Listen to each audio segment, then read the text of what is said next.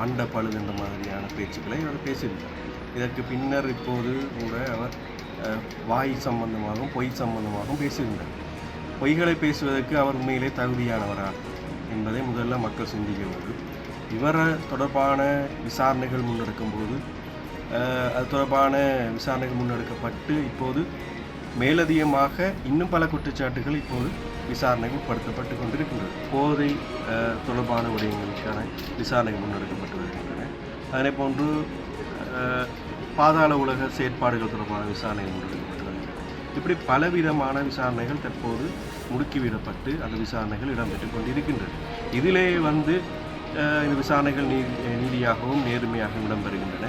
உங்களுக்கு தெரியும், மஹிந்த ராஜபக்ச அவர்கள் விசாரணை செய்யப்படும் போது அவர்கள் சொல்லியிருந்தார்கள், நீதிமன்றத்துக்கோ அல்லது விசாரணைக்கு அவரை அழைக்கும் போது லட்சக்கணக்கான மக்கள் திரண்டு அதை தடுப்பார்கள் என்று கூறினார். ஆனால் 2 பஸ்களிலே 3 பஸ்களிலே ஆட்களை திரட்டி கொண்டு வந்ததால் அந்த விசாரணையை தடுப்பதற்கு முயற்சி செய்தார்கள். அது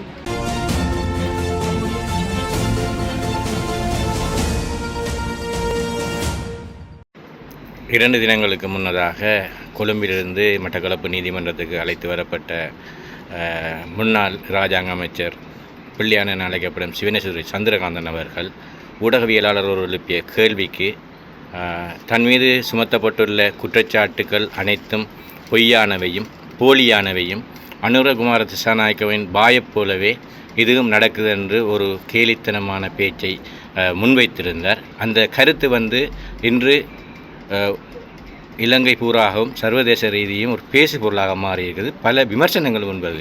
இந்த அரசாங்கத்தை பிரதிநிதிப்படுத்துகின்ற பாராளுமன்ற உறுப்பினர் என்ற ரீதியில் இந்த கருத்தை நீங்கள் எவ்வாறு பார்க்குறீங்க? சிவனேசத்துறை சந்திரகாந்தன் பிள்ளையான நடத்துகிறவர் தெரியும். இதற்கு முன்னரும் எங்களது கௌரவ ஜனாதிபதி தொடர்பாக ஒரு விமர்சனத்தை அல்லது ஒரு கேலி பேச்சான பேச்சுகளை பேசியிருந்தார். மண்ட பழுது என்ற மாதிரியான பேச்சுக்களை அவர் பேசியிருந்தார். இதற்கு பின்னர் இப்போது கூட அவர் வாய் சம்பந்தமாகவும் பொய் சம்பந்தமாகவும் பேசியிருந்தார். பொய்களை பேசுவதற்கு அவர் உண்மையிலே தகுதியானவரா என்பதை முதல்ல மக்கள் சிந்திக்க வேண்டும். இவரை தொடர்பான விசாரணைகள் முன்னெடுக்கும்போது அது தொடர்பான விசாரணைகள் முன்னெடுக்கப்பட்டு இப்போது மேலதிகமாக இன்னும் பல குற்றச்சாட்டுகள் இப்போது விசாரணைக்கு உட்படுத்தப்பட்டு கொண்டிருக்கின்றது. அண்மைய தினம் கூட மட்டக்களப்பு மாவட்டத்துக்கு வருகின்ற அவர் ஒரு விசாரணைக்காக நீதிமன்றத்துக்கு அழைத்து வரப்பட்டதை நாங்கள் பார்க்கக்கூடியதாக இருந்தது. ஆகவே இவர் ஒரு உத்தமராகவோ அல்லது ஒரு சிறந்தவராக இருந்தால் பரவாயில்லை. அவர் சொல்லும் கருத்துக்களை நாங்கள் ஏற்றுக்கொள்வதற்கு விசாரணைகள் முன்னெடுக்கப்பட்டு வருகின்றன. இறுதிக்கட்ட தீர்மானத்துக்கு அது வர இருக்கின்றது. அதன் பின்னர் இவர் எப்படிப்பட்டவர் என்பதை மக்கள் நேரடியாக அறிந்து கொள்ளக்கூடியதாக இருக்கும். இந்த அரசாங்கம் எடுக்கின்ற இந்த விசாரணை நடவடிக்கையில் அவர் திருப்தி இல்லை என்ற வாரியம் தன் மீது திட்டமிட்டே பழி சுமத்துவார் தானே அவர் கூறுகின்றார். இந்த அரசாங்கம் இந்த பாராளுமன்ற உறுப்பினர் என்ற ரீதியில் நீங்கள் என்ன சொல்ல வரீங்க? அரசாங்கம் என்ற ரீதியிலே நாங்கள் குற்றச்சாட்டுக்கள் அல்லது விசாரணைகளை நீதியாகவும் சுதந்திரமாகவும் சரியான முறையில் நாங்கள் முன்னெடுத்து கொண்டு வருகிறோம். தெரியும், அவர் மாத்திரம் கிடையாது. இங்கே இருக்கின்ற ராஜபக்சர்களோடு தொடர்புபட்டவர்கள் அவர்கள் தொடர்பாகவும் விசாரணைகள் இடம்பெற்றுக் கொண்டிருக்கின்றன. மோசடி தொடர்பான விசாரணைகள் இடம்பெற்றுக் கொண்டிருக்கின்றன. அதனை போன்று போதை தொடர்பான விடயங்களுக்கான விசாரணைகள் முன்னெடுக்கப்பட்டு வருகின்றன. அதனை போன்று பாதாள உலக செயற்பாடுகள் தொடர்பான விசாரணைகள் முன்னெடுக்கப்பட்டு வருகின்றன. இப்படி பலவிதமான விசாரணைகள் தற்போது முடுக்கிவிடப்பட்டு அந்த விசாரணைகள் இடம்பெற்று கொண்டிருக்கின்றது. இதிலே இந்த விசாரணைகள் நீதியாகவும் நேர்மையாகவும் இடம்பெறுகின்றன.